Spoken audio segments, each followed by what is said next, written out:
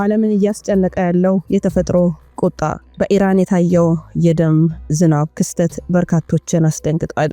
እየታየ የነበረው ቀይ ዝናብ ወይም የደም ዝናብ በሳይንሱ ዓለም ድንቅ የተባለለት ቢሆንም ሊብራራ የሚችል ተፈጥሯዊ ክስተት ነው። በኢራንና በአጎራባች ሀገራት እንደ ኢራቅ ሰፊ በረሃዎች ባሉ ኃይለኛ ነፋስ የቀይ አፈር አቧራን ወደ ሰማይ ሲያነሳ ከደመና ጋር ሲቀላቀል ዝናቡ ሲዘንብ ቀይ ቀለም ይዞ ይወርዳል የሚል ግምታቸውን ሳይንቲስቶች ቢያስቀምጡም ይህ ክስተት ታዲያ በእነሱ አጠራር ብለድ ሬን ተብሎ ይጠራል። የኬሚካልና አልጌ ውህድ ይሉታል። በአንዳንድ አካባቢዎች ደግሞ በአየር ላይ የሚገኙ ጥቃቅን ቀይ አልጌ ወይም የብረት ኦክሳይድ ቅንጣቶች ከዝናብ ጋር ሲደባለቁ ውሃው ወደ ቀይ ደም ይመለሳል። ኢራን ውስጥ ህዝቡ አካባቢውን እንዲለቅ የተገደደው ወይም በአካባቢ መዛባት ምክንያት በሚመጣ ስደት ነው። የከርሰ ምድር ውሃ ሲሟጠጥ፣ ወንዞች ሲደርቁ ግብርና ይቆማል። ይህም ከተሞች ለኑሮ የማይመቹ እንዲሆኑና ሰዎች ወደ ሌላ ቦታ እንዲሸሹ ያደርጋቸዋል። ነገር ግን ይህ ክስተት ሃይማኖታዊ ነው እንዲሁም ትንቢታዊ ነው ይሉታል በርካቶቹ።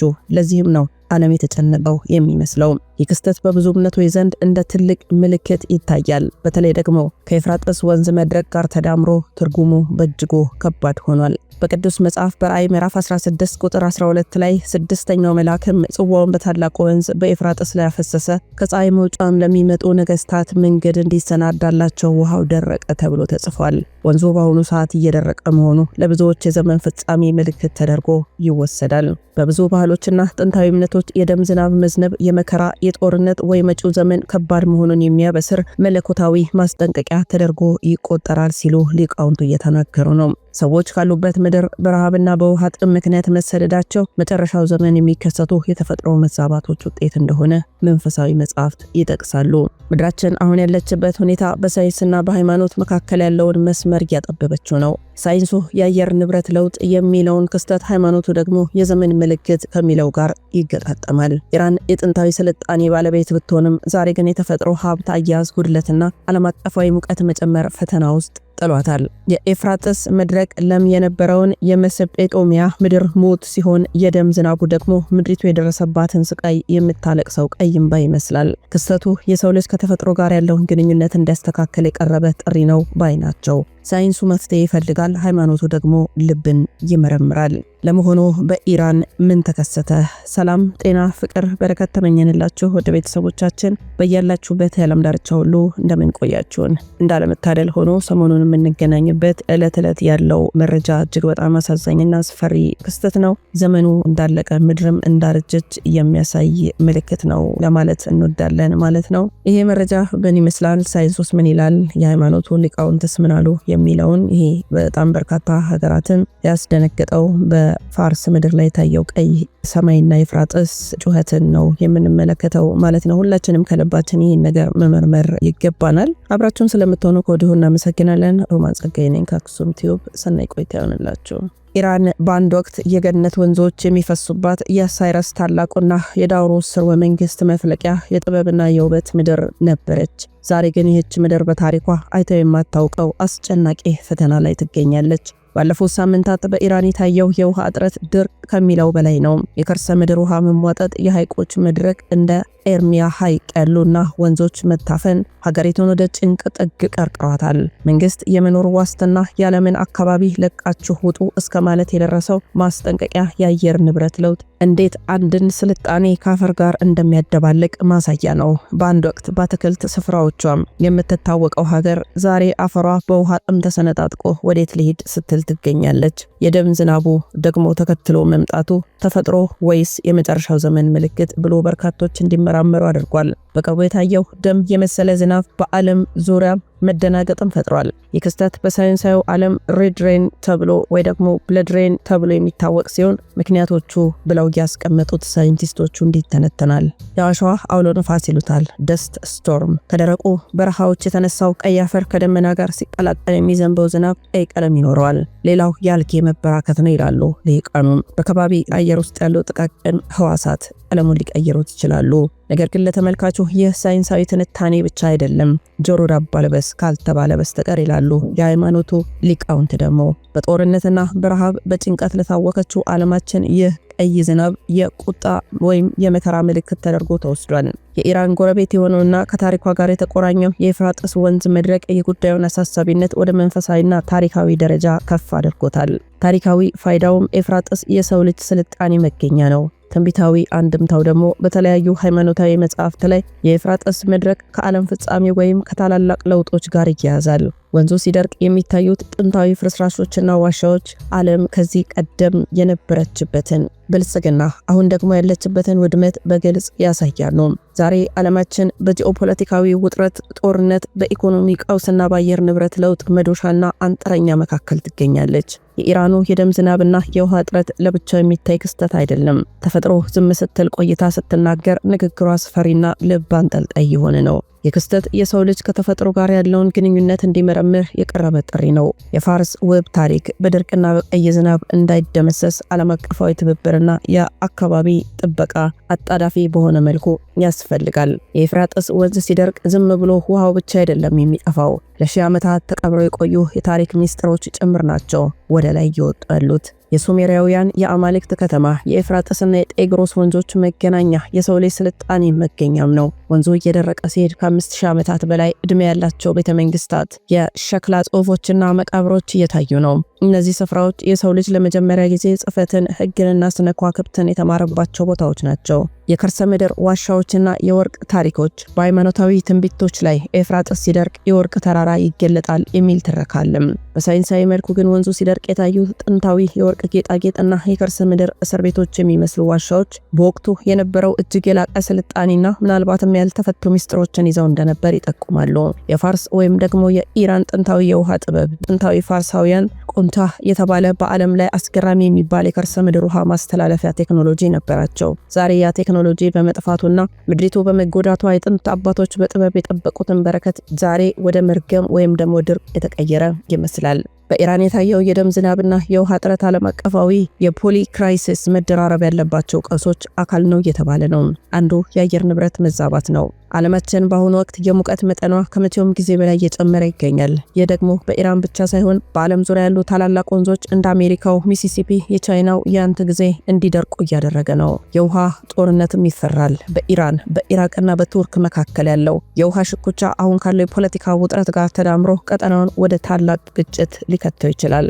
ቀይ ዝናቡ ለተመልካቹ የጦርነትና የደም ምልክት ሆኖ የሚታየውም ለዚህ ይመስላል። ሰው ሰራሽና ተፈጥሯዊ አደጋዎች፣ የደን መጨፍጨፍ፣ የከባቢ አየር መበከልና የሐይቆች መድረቅ አፈሩን ወደ አቧራነት ቀይረውታል። ይህ አቧራ ከደመና ጋር ሲዋሃድ የደም ዝናብ ሆኖ ይወርዳል። ይህም ተፈጥሮ እየጮኸች መሆኗን ማሳያ ነው። የኤፍራጥስ መድረቅ ጥንታዊ ስልጣኔዎችን ወደ አደባባይ ሲያወጣ፣ የኢራኑ የደም ዝናብ ደግሞ የወደፊቱን ስጋት ያሳያል። ዓለማችን አሁን ያለችበት ሁኔታ ታሪክ ራሱን ይደግማል የሚለውን አባባል የሚያስታውስ ነው። የጥንቶቹ ስልጣኔዎች በጥበብ እጦት እንደጠፉት ሁሉ የዘመኑ ስልጣኔም በተፈጥሮ መዛባት አደጋ ላይ ወድቋል። የጥንቱ ታሪክ ሲገለጥ የዘመኑ ስልጣኔ የመቆሚያው መሰረት እየናደ መሆኑን ያሳየናል።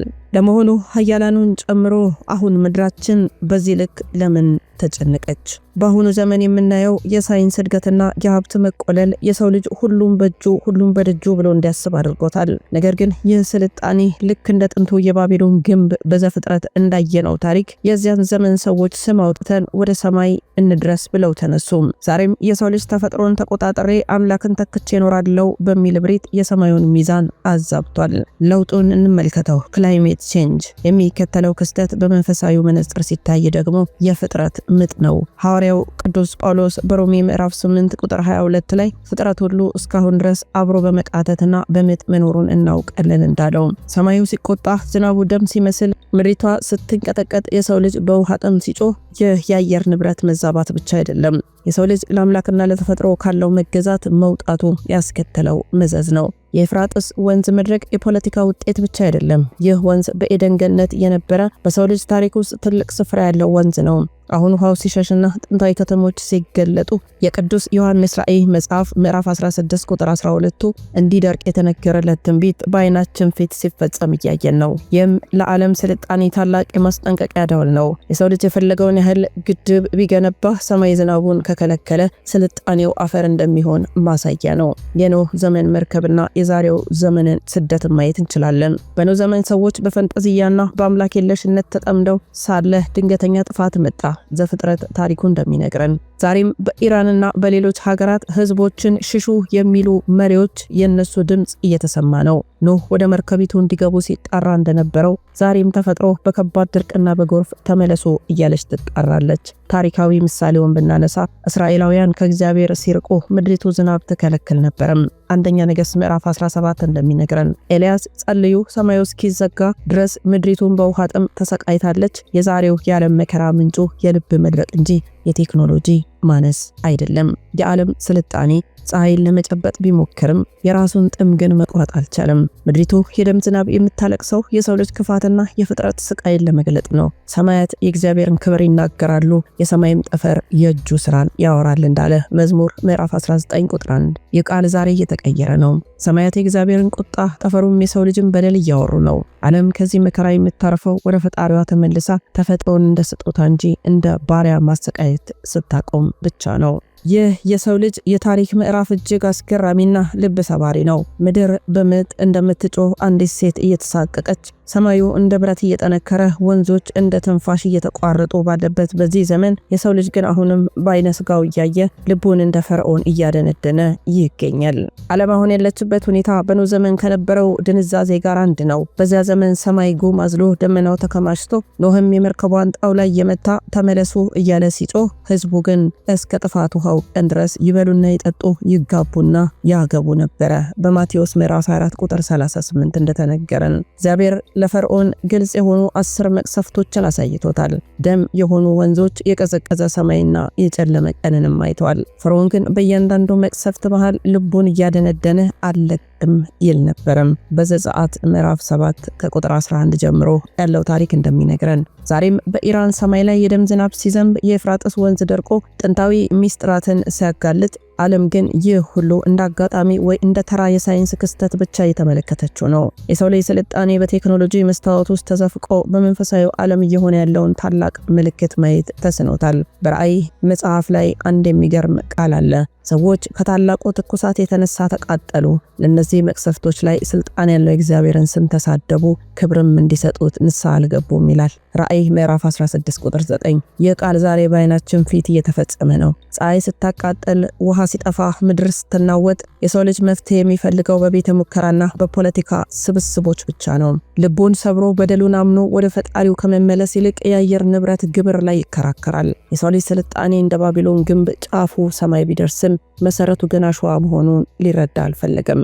የሁሉ መከራ የእግዚአብሔር የጭካኔ ውጤት ሳይሆን የሰው ልጅ ያለኔ መኖር ትችላለህ የሚል የፍቅር ጥያቄ ነው። ምድሪቱ ስትደርቅ የሰው ልጅ የህይወት ምንጭ አምላክ መሆኑን እንዳስታውስ ነው። ኤፍራጥስ ሲደርቅ የማይደርቀው የህይወት ውሃ በዮሐንስ ምዕራፍ 4 ቁጥር 14 ላይ ተነገረን እንዲናፈቅ ነው። አሁን ያለንበት ወቅት የመጨረሻው ሰዓት ነው። ምድር እንዳሮጌ ልብስ እየተለወጠች ነው። መዝሙር 102 ቁጥር 26 ላይ የሰው ልጅ ግን አሁንም በስልጣኔ ሰክሮ የሰማዩ ደወል መስማት ተስኖታል። ሆኖም ግን በአሸዋው ውስጥ በሚጮህ የኤፍራጥስ ወንዝ በቀይ የዝናብ ጠብታዎች በምድሪቱ ስንጥቆች መካከል የአምላክ ድምፅ አሁንም እንዲህ ይላል፣ ወደ እኔ ተመለሱ እኔም ወደ እናንተ እመለሳለሁ። ዘካርያስ ምዕራፍ 1 ቁጥር 3። ልባችን ከኤፍራጥስ ወንዝ ይልቅ ደርቆ እንዳይቀር የተፈጥሮ ጩኸትን ሰምተን ወደ ህይወቱ ምንጭ የምንመለስበት ጥበብን ይስጠን። ሰላም ለሀገራችን፣ ሰላም ለምድራችን።